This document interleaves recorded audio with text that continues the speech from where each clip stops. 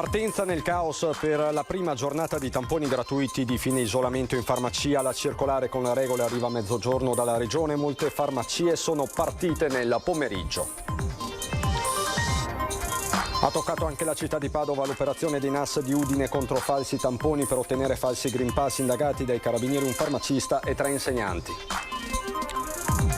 Sono appeso a un filo le speranze per il 12enne padovano colto da uno scompenso cardiaco durante una gara di atletica a Vittorio Veneto, ricoverato in terapia intensiva e in prognosi riservata. Piesso d'Arti con l'ex vice sindaco Colinassi investita e uccisa da un'auto lungo la regionale. L'incidente ripropone drammaticamente il problema della sicurezza della strada. Quirinale, votazione in corso a Roma, 77 i grandi elettori veneti. Giorgia Meloni spariglia le carte proponendo come nuovo capo dello Stato l'ex magistrato Carlo Nordio. Autonomia, il Partito Democratico pronto a presentare una sua proposta sul tavolo della trattativa con il governo. L'anticipazione del neosegretario PD Andrea Martella a Ring. A Venezia ci sono centinaia di negozi chiusi. Un blitz notturno dell'artista Freak of Nature ha provato a numerarli tutti per sensibilizzare su questo e altri problemi della città.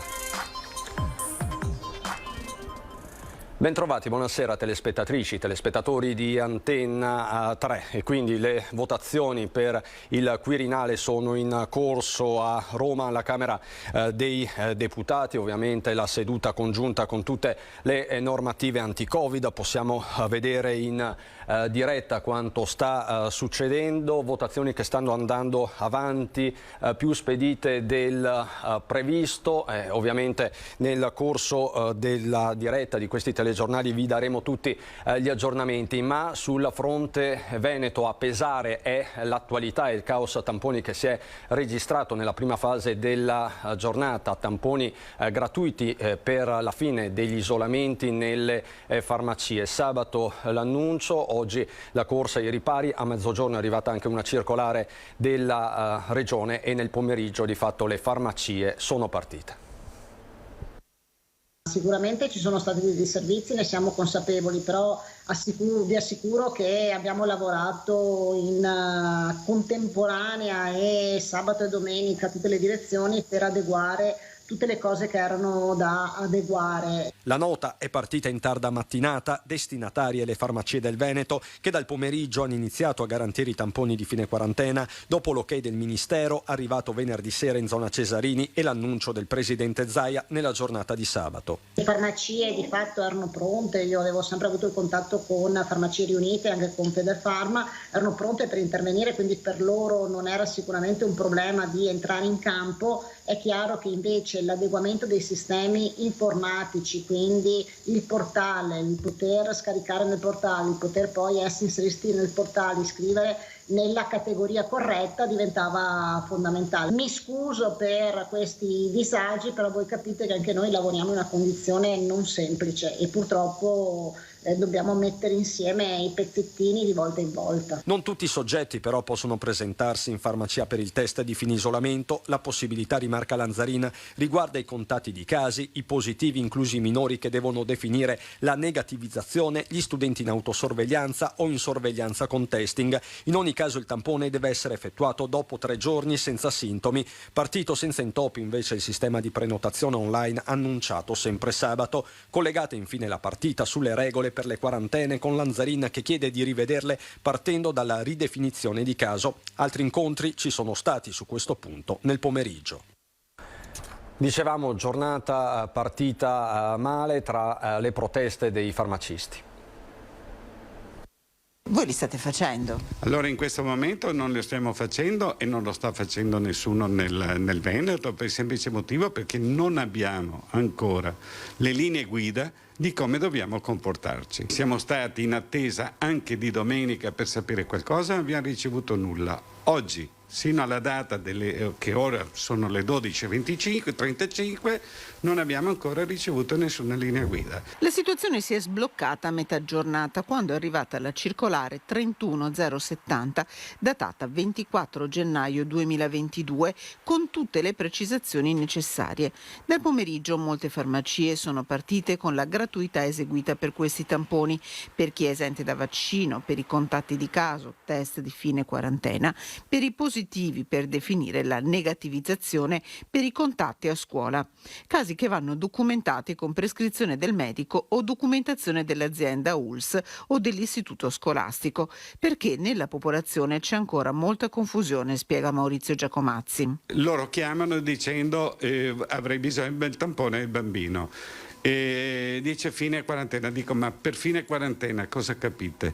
Ma è stato contagiato, allora è in isolamento. Allora la differenza è che chi è in isolamento, fine isolamento vuol dire il soggetto che cerca la negatività dopo di essere stato in contatto col virus e col Covid-19. Chi invece è in quarantena, soggetto che è stato a contatto non direttamente o direttamente con soggetti ma che non sa se è positivo o no. Il telefono non si ferma, l'attività di farmacia neppure, non si ferma neanche l'attività di screening in questa farmacia che solo in mattinata su 32 tamponi effettuati ha riscontrato 10 positività, un test su 3.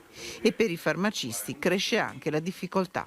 Ci hanno caricato di tanti compiti che sono al di fuori delle nostre competenze, perché alla fine i tamponi non sarebbe stata di nostra competenza, l'abbiamo fatto per un sociale perché siamo sul territorio capillarmente presenti. Siamo stanchi tra il telefono, il personale, i collaboratori sono stanchi anche loro, fisicamente non ce la facciamo, siamo stressati.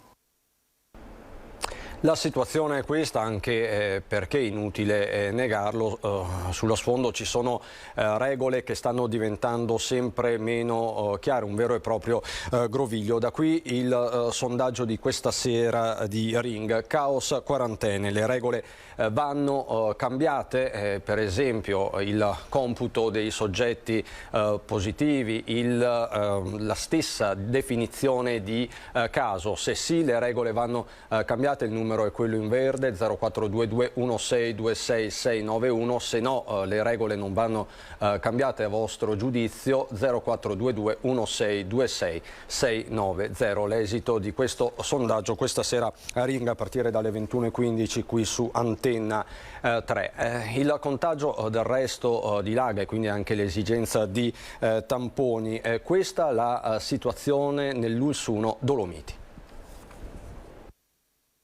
In questo momento ne abbiamo 8.300 che non hanno ancora fatto nessuna dose. Nel Bellunese è ancora importante il numero di non vaccinati fra gli over 50, fascia d'età per la quale da febbraio scatterà l'obbligo di legge con conseguenze personali e sociali oramai note. In questo mese di gennaio oltre 1 migliaio in questa fascia di età hanno aderito alla campagna vaccinale, quindi si sono vaccinati. Dobbiamo tener conto che una certa quota di popolazione, circa 1.700, sempre in questa fascia di età, sono positivi in questo contesto, quindi non possono fare la vaccinazione. Stiamo parlando di circa 6.000 persone. 6.000 persone ancora senza protezione. L'azienda sanitaria le invita ad aderire alla campagna vaccinale per poter avere la possibilità di muoversi e soprattutto di lavorare. E poi ci sono i giovani che appartengono alla fascia d'età 12-19 che hanno aderito bene alla prima e seconda dose con una percentuale che supera l'80% ma che latitano alle sedute di richiamo. La terza dose, anche per loro, recentemente è possibile aderire alla terza dose, che gli consente quindi di avere quel Green Pass rafforzato e permette di rimanere in classe, quindi con una didattica non a distanza ma in presenza, ma soprattutto, vista anche l'età, di mantenere quelle attività sociali che tanto sono pesate nei lockdown e nel periodo precedente. Con la speranza che questa quarta ondata allenti al più presto la presa, Omicron potrebbe non essere l'ultima variante e il richiamo alla prudenza è massimo. Sappiamo cosa è successo, ma non sappiamo quello che c'è davanti. È evidente che la nostra speranza è che si spenga velocemente, anche per poter tornare a una normalità, non soltanto nella nostra vita personale, ma anche nella vita di relazione e di lavoro. Ha toccato anche la città di Padova l'operazione dei NAS di Udine contro falsi tamponi per ottenere falsi Green Pass, coinvolti anche un farmacista e 3 insegnanti. forniva il tampone con esito negativo senza neppure vedere le persone. È quanto appurato da un'indagine partita a novembre 2021 condotta dai carabinieri del NAS di Udine. 4 le persone denunciate con l'accusa di falso in certificazione e truffa ai danni dello Stato. Si tratta di un farmacista con attività in provincia di Udine e 3 insegnanti che vivono nell'Interland del capoluogo friulano, rispettivamente con classi alla scuola primaria e secondaria di primo e secondo grado. Secondo quanto ricostruito, il farmacista forniva a distanza ai 3 docenti il Green Pass base da tampone senza eseguire il test. A insospettire gli investigatori il fatto che la farmacia si trovasse piuttosto lontano da Udine. In mattinata sono scattate le perquisizioni nella farmacia e agli indirizzi di residenza degli indagati nell'Udinese e a Padova città. I Novax smettano di strumentalizzare l'Olocausto, è una presa di posizione nettissima e durissima, quella che arriva dalla comunità ebraica di Venezia. Bisognerebbe ripercorrere poi nei dettagli il pregiudizio e l'odio antisemita che continuano ad avvelenare ancora ai nostri giorni i sentimenti della società, nelle manifestazioni politiche, nelle curve degli stadi, nei social. Quando i Novax e quelli che sono contro i Green Pass, che hanno il diritto di essere e di pensare quello che vogliono, usano il cancello di Auschwitz per dire che viene negata loro la libertà, forse non sanno che cos'è Auschwitz, che cosa è stata. Non usa mezzi termini il presidente della comunità ebraica di Venezia, Dario Calimani, dal palco della Fenice per la celebrazione del Giorno della Memoria. Si tratti di ignoranza, malafede, banalizzazione o superficialità, accostare lo sterminio di 6 milioni di persone all'obbligo di un certificato di avvenuta vaccinazione è un paragone offensivo improponibile. Varrebbe la pena che capissero i linguaggi che usano. Oggi il linguaggio viene depotenziato in questo modo, volgarizzato, tutto è uguale a tutto, non è possibile accettarlo. Se lo accettiamo, accettiamo anche di vivere una realtà come questa. Accanto alle strumentalizzazioni della Shoah a fini propagandistici o al negazionismo della Shoah per un altro tipo di fine propagandistico, Calimani denuncia anche quella tendenza all'omologazione di questa con altre tragedie presenti e passate, in un miscuglio che appiattisce e uniforma fatti diversi tra loro. Il ricordo della Shoah è un ricordo a sé, per le sue specificità e per i suoi morti. Il ricordo del genocidio armeno deve essere un ricordo a sé, per la tragedia, per i morti e le vittime che ci sono state e così via. E questo vale per i curdi, vale per i tutsi. Non possiamo pensare la giornata dei ricordi, mettiamo una corona e ci liberiamo di tutti. Meditiamo su ciascuna tragedia, su ciascun crimine. La cronaca è in fin di vita il 12enne che ieri a Vittorio Veneto si è accasciato a terra durante una gara podistica.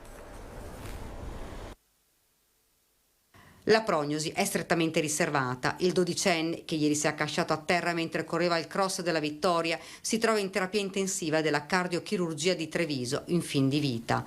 Il ragazzino, residente a Padova, gareggiava per le Fiamme Oro. Aveva ottenuto solo 2 mesi fa i certificati di idoneità sportiva. Ieri il dramma. Si era riscaldato assieme agli altri atleti. Poi, dopo aver percorso oltre 600 metri, è caduto a terra senza riprendere mai conoscenza. Il cuore si è fermato. Immediato è stato l'intervento del medico e degli operatori sanitari. Grazie al defibrillatore il cuore del 12enne è tornato a battere.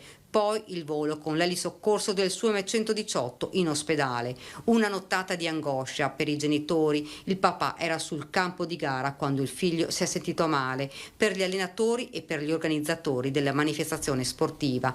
Tante le domande. Perché accade un fatto così drammatico ad un 12enne? Sul problema della perché succede? Perché purtroppo ci possono essere delle condizioni cliniche che non sono presenti al momento della valutazione. Mi spiego. Se noi dobbiamo cercare prevalentemente forme genetiche, cardiomiopatie o malattie elettriche genetiche, lo screening ha una grande capacità di evidenziarle. Però ci sono delle forme, per esempio, infiammatorie che si incontrano durante la vita di tutti noi, una banalissima influenza, l'infezione da SARS-CoV-2, quindi un virus che può generare un'infiammazione acuta del cuore, che apparentemente potrebbe passare inosservata, cioè non dare sintomatologia, ma lo sforzo fisico intenso potrebbe generare l'aritmia che si rende responsabile poi dell'arresto cardiaco. Sulla questione mascherine, utilizzata nei primi metri della corsa dagli atleti, Patrizio Sarto non ha dubbi. Se noi pensiamo ai numeri delle persone che fanno e seguono queste indicazioni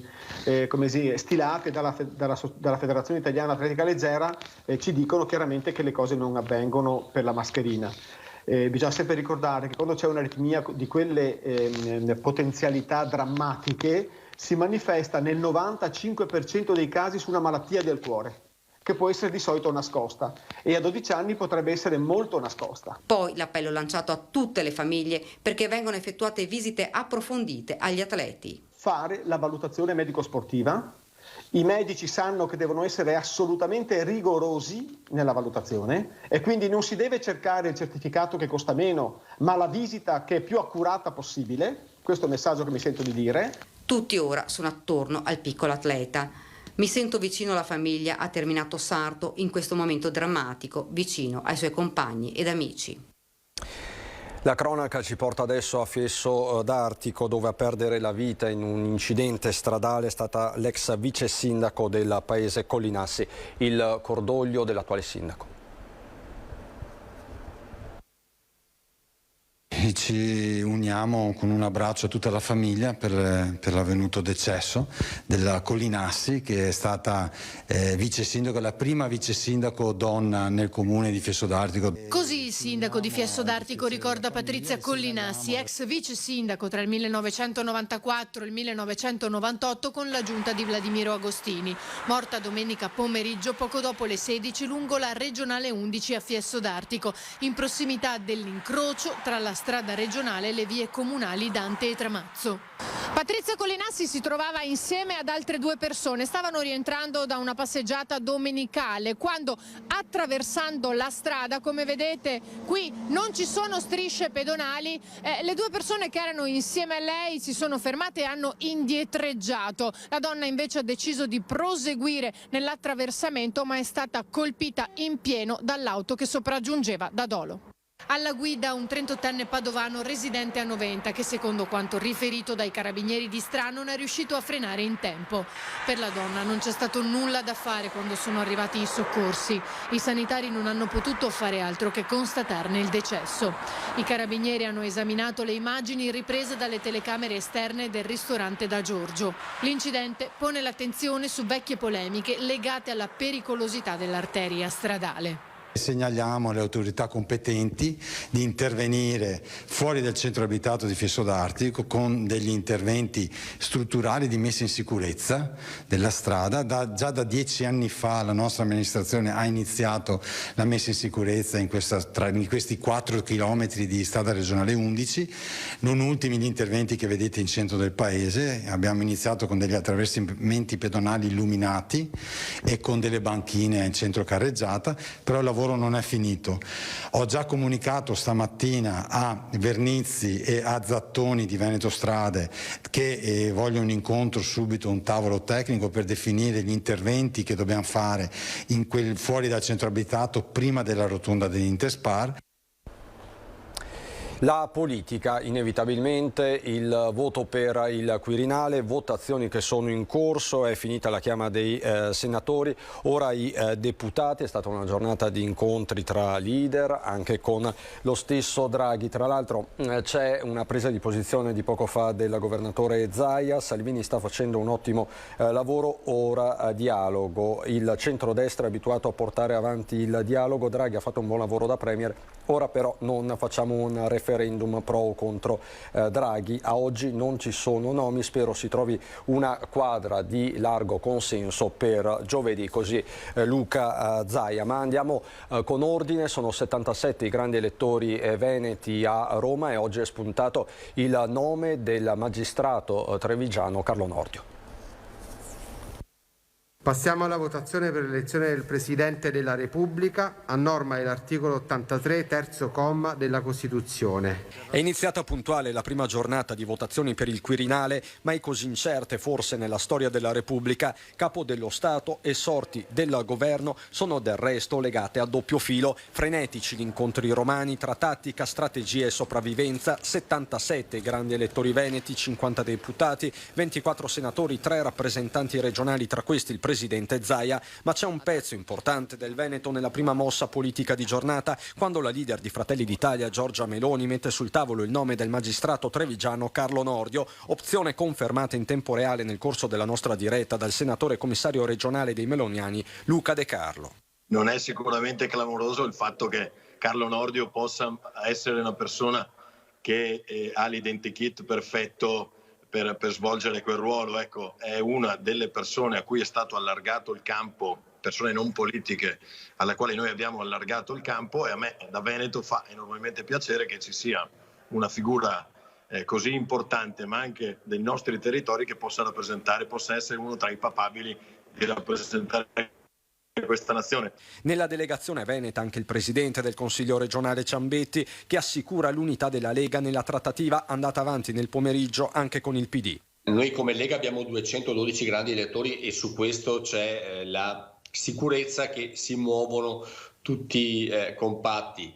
In altre realtà non è sempre così, abbiamo visto discussioni interne ad altri partiti molto importanti. Tutti al momento si dichiarano disponibili al confronto, condivisione forse la parola più usata della giornata su ambi i fronti. Mi auguro che la disponibilità al dialogo ci sia, da parte nostra c'è, anche perché è evidente che in questa situazione non c'è una maggioranza di grandi elettori né da una parte né dall'altra, per cui lo dicono i numeri che il dialogo è necessario, oltre al fatto che al di là dei numeri in questo momento storico l'idea di eleggere i presidenti a maggioranza sarebbe sbagliato. La credibilità di un paese sta anche nella capacità di reggere nel tempo con governi, ma anche con presidenti, ma anche con figure istituzionali all'altezza.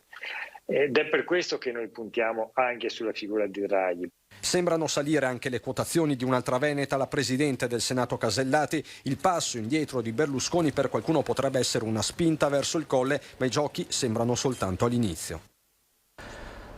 Ma i temi della politica si sprecano. Parliamo di autonomia con il Partito Democratico Veneto, che è pronto a presentare una sua proposta sul tavolo della trattativa.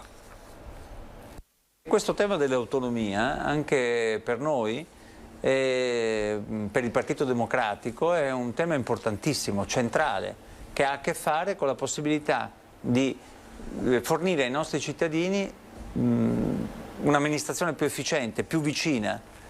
Non è un fatto ideologico, non è nemmeno una bandiera. Si tratta di intervenire in quella che è l'autonomia che è possibile realizzare. Per questa ragione noi nei prossimi giorni faremo una proposta molto precisa che entrerà nel merito delle materie che è possibile realizzare e la porteremo in un confronto pubblico, innanzitutto con le istituzioni della nostra regione e anche con il governo, per dire si passi finalmente dalle parole ai fatti.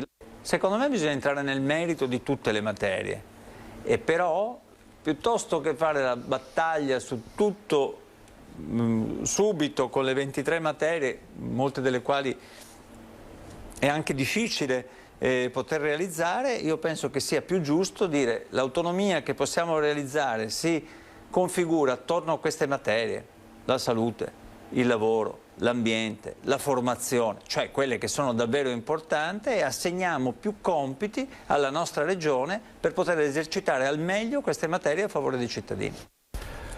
Pubblicità, a fra poco.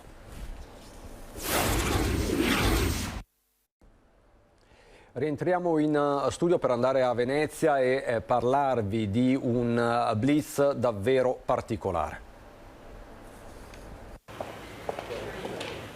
In appena una notte, sulle vetrine dei negozi sfitti di Venezia sono cresciuti dei bambù.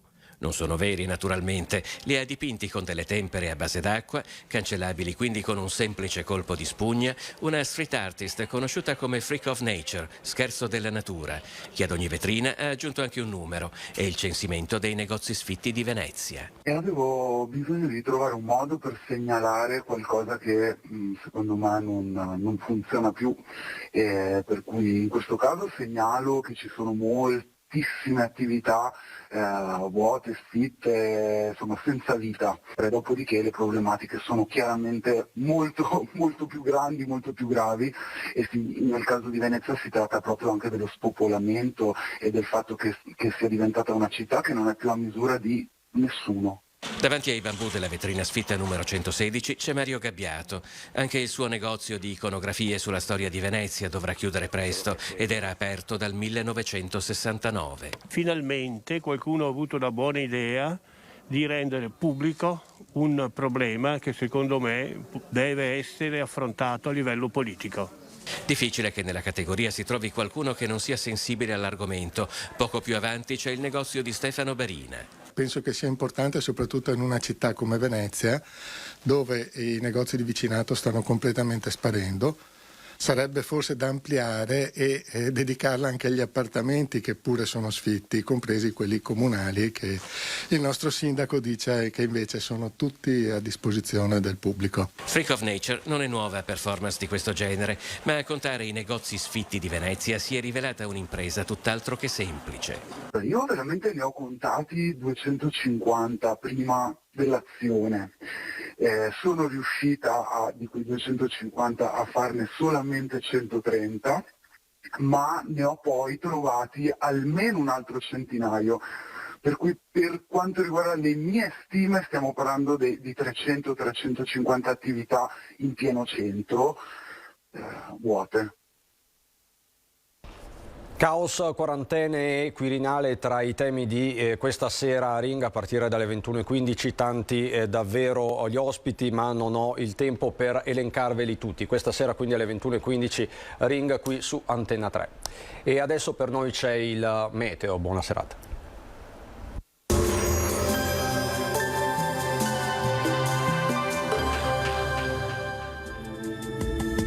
Benvenuti al Meteo. La settimana prosegue all'insegna dell'anticiclone che garantisce tempo stabile sul nostro territorio. Ma vediamo insieme il dettaglio di martedì 25 gennaio. Sul Veneto al mattino e dopo il tramonto cielo piuttosto grigio, come vediamo, per nubi basse e nebbie diffuse. In alcune zone saranno anche fitte e persistenti per tutto l'arco della giornata. Altrove invece maggiori schiarite. Temperature minime piuttosto fredde tra -2 e 1 grado, massime comprese invece tra 4 e 6 gradi. Ci spostiamo ora sul Friuli Venezia Giulia. In questo caso la situazione sarà leggermente diversa perché prevale il sole, anche se nelle ore più fredde sarà possibile anche qui qualche nebbia. Temperature minime tra -2 e 2 gradi, massime sui 4-8 gradi. Infine ci spostiamo sul Trentino Alto Adige, dove avremo un ampio soleggiamento. Locali addensamenti saranno possibili, ma del tutto innocui. Temperature minime intorno allo 0, massime infine sui 9 gradi. Dal Meteo di Antenna 3 è tutto, arrivederci al prossimo aggiornamento.